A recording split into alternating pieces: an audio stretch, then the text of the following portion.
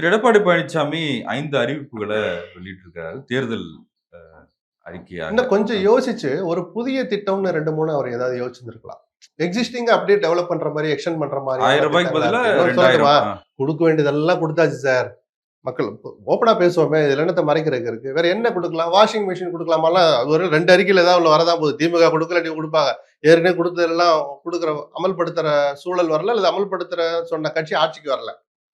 இப்படி இலவசமா இனி என்ன குடுக்கலாம்னு 2 பேரும் அறிவிக்க தான் போறாங்க. இத நான் பெருசா பெரிய தாக்கத்த ஏற்படுத்தும்னு நான் நினைக்கல. ஏன்னா, அதுக்கு எடப்பாடி வெளியிட்ட கருத்தே அவருக்கு எதிரா 2 நாளா அதே அவரு வாக்குறுதி குடுத்த கூட இன்னும் போய் சேரல. ஏன்னா இப்பதான் நான் திருநெல்வேலியை தாண்டி நாகர்கோவில் போயிட்டு இருக்குங்கிறதுக்குள்ள இவர் அதை பத்தி விமர்சிச்ச செய்தி நாகர்கோவில் தாண்டி களியக்காவில போயிருச்சு.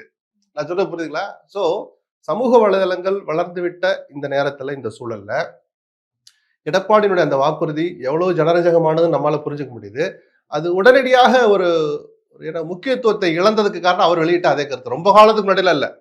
திமுக ஆட்சிக்கு வந்த பிறகு சாத்தியம் இல்லைன்னு அவர் சொல்லிட்டு இருந்தார். இல்ல அவங்களுக்கு இப்போ எப்படி பொருளாதாரத்த பயன்படுத்தணும்னு தெரியல. சரி, எங்களுக்கு அப்படி தெரியும்னு சொல்றாரு. இல்ல அப்படி பண்ணாமையா கொடுக்க ஆரம்பிச்சாங்க. இப்போ 1 கோடி கிட்டத்தட்ட 30 லட்சம் பேருக்கு கொடுத்துட்டு இருக்காங்க. 1.30 கொடுக்குறாங்கல்ல ரூ. 1000.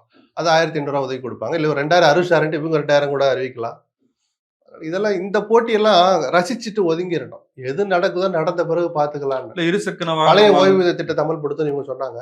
கடைசியில 5வது வருஷம் ஒரு 70-80% அதை அமல்படுத்துற மாதிரி ஒரு ஸ்கீமை கொண்டு வரதுக்கு அவங்க 4.5 வருஷம் தேவைப்பட்டுச்சு. ஏன்னா இது ஏதோ சும்மா அறிவிச்சிட்டு போறது இல்ல. மாசம் மாசம் அக்கௌண்ட்ல டிடெக்ட் ஆகிட்டே இருக்கும் காசு. சும்மா அறிவிச்சிட்டு போயிட ஜியோ போடுங்கன்னா ஜியோ போட்டாங்க. முன் தேதிக்கிட்டு ஜனவரில இருந்து அமல்னா அந்தந்த இதுல அக்கௌண்ட்ல அதெல்லாம் இப்பதான் இசிஎஸ் தானே கொண்டு போய் கட்டிட்டு வாடா லைன்ல எல்லாம் இல்லையா? அது பாட்டுக்கு ஆளுங்கன்னா அப்ப அதுக்கு ஆதாரத்தை வச்சுக்கிட்டு நீங்க அமல்படுத்தணும்.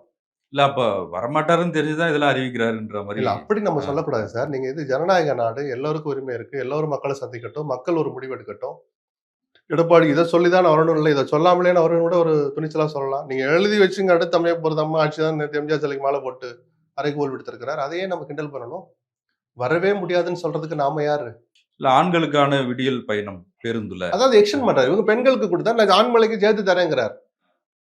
அதான் கொஞ்சம் யோசிச்சு இப்படி முதல் அறிவிப்பா வெளியிடுறாரு இல்லையா? ஃப்ரெஷ்ஷா ஏதாவது 1, 2 யோசிச்சிருக்கலாமோன்னு தோணும். ஒரு பத்திரிகையாளரா நான் சொல்றேன் அதை. மற்றபடி என்ன சார் மக்களுக்கு பயனில்லாத அறிவிச்சிருக்காரெல்லாம் சொல்ல முடியாது. பயனில்லாத திமுக அமல்படுத்திட்டு இருக்கு. அதை எக்ஸ்டெண்ட் பண்ற. அதனாலதான் எங்க இருந்து எடுத்து காப்பி எடுத்து பண்றீங்க. கெனான் ஜெராக்ஸ் மிஷின்ல எடுத்தீங்கன்னா மந்திரிகள் நக்கல் பண்ணிட்டு இருக்காங்க. இந்த நக்கலுக்கு ஆளாக இருக்க வேண்டாம் முதல் அறிவிப்புன்னு அந்த பார்வை பாக்குறேன். மற்றபடி அது மக்களுக்கு தேவையானதானே. நீங்களும் நானும் பஸ்ல ஃப்ரீயா போனா நம்ம வேணாம் நான் சொல்ல இல்ல நான் காசை கொடுப்பேன் உண்டியில வை நான் கொடுக்க போறிய